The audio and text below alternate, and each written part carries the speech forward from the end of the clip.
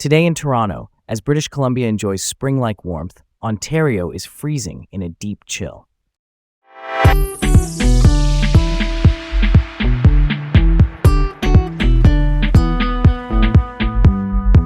Hi, I'm Leah. And I'm Garrett. Welcome to Laid Back Local, the news of the day with Leah and Garrett, reporting from Toronto. All right, let's set the stage for this one. Weather paradox. British Columbia experiences record warmth while Ontario faces deep freeze. So, Western Canada is seeing record high temperatures. Flowers are already blooming in February. Meanwhile, Toronto's under a major cold snap, the longest in over a decade, with wind chills hitting minus 35 degrees Celsius. It's all thanks to the positioning of the jet stream. Honestly, that's so wild. I mean, the risks here in Ontario are serious, right? Frostbite and other cold-related issues are a real concern. And flowers blooming in February in BC? What's the broader implication for climate change, I wonder? Okay, let's move on. Toronto faces bitter cold snap, relief expected later in the week. Toronto's currently under a cold weather alert, with wind chills dropping to minus 30 degrees Celsius. The city has opened warming centers to help vulnerable folks. The forecast says we'll see some relief by Monday afternoon, but it'll stay below freezing for most of the week. Yeah, I'm down for that. The city's preparedness is impressive, especially with those warming centers.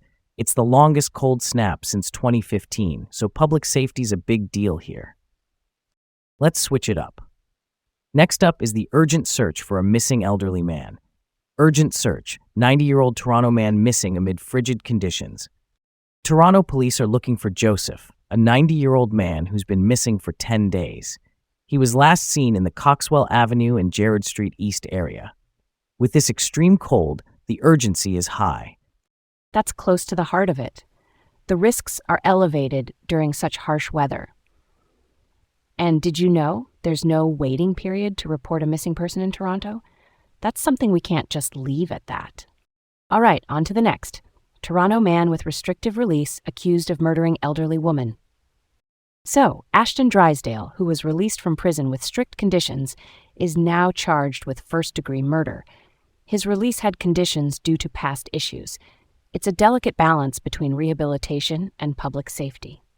That's a solid point. It's concerning that despite these restrictions, he's accused of such a serious crime. Makes you wonder about the effectiveness of these release terms. Let's move ahead to the final topic. Eglinton Crosstown LRT finally opens after 15-year construction saga. After 15 years of construction, Toronto's Eglinton Crosstown LRT, Line 5, is finally open.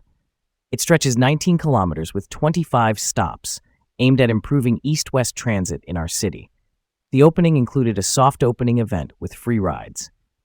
That's worth exploring. I mean, it's a critical link for transit. But can you believe it took 15 years to complete? That's a long time, right? Still, it should really help with connectivity and travel times. That's a wrap for today from Laid Back Local, the news of the day with Leah and Garrett in Toronto. Stay warm and join us again tomorrow.